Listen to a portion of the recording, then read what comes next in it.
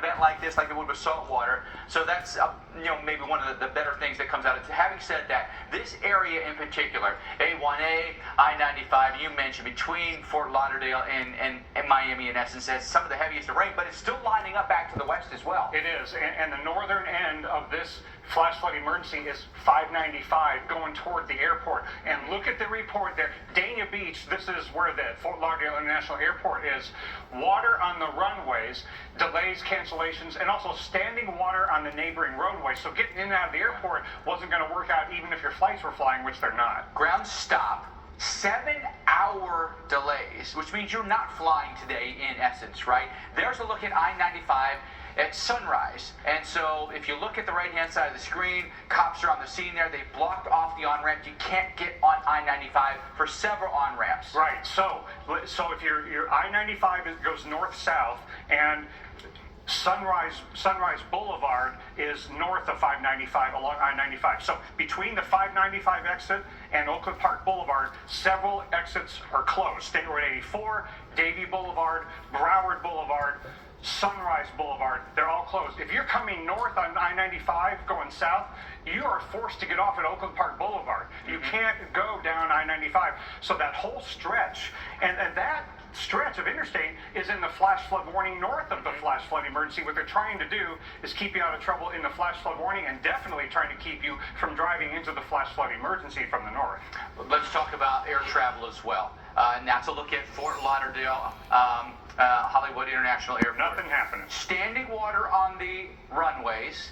We've got standing water on the roads leading to the airport here. As we mentioned, 7-hour ground stops. We had 7-hour delays and ground stops down. Same for us at Miami. So we've had almost virtually, this afternoon, virtually no air travel across South Florida.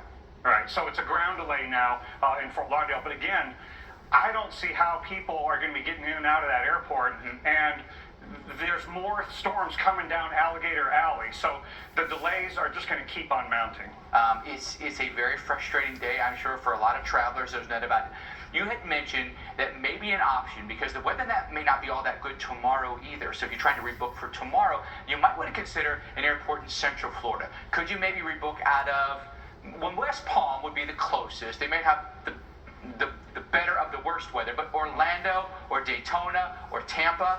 Yeah, especially if you are in the western portions of Broward County and up in Palm Beach County and you want to fly out of Fort Lauderdale or Miami, getting north, if you need to fly out of South Florida in the next couple days, might be your better option because the conditions do get better as you go north. Now, you want to do maybe Orlando or something on the East Coast because it's going to be almost impossible to get over to Naples and Fort Myers because of the flash flooding on Alligator Alley and the increasing rain that continues to train over that road. What about getting down to the Keys? What about down to Key West maybe? Well, if you're anywhere in Broward, Miami-Dade County, you'd have to go through a flash flood warning to get to the Keys, so I wouldn't be going if you were in on that the south direction. side of Miami or maybe like a Homestead, maybe you could go Possibly. farther south. But here, reviewing, flash flood emergency, Broward and Miami-Dade counties, high population here, right? We've literally got millions of people in this cluster between these two major cities. 5:30 is the expiration on that, so we've got another hour and a half on this emergency. At least. You said you think it could be extended.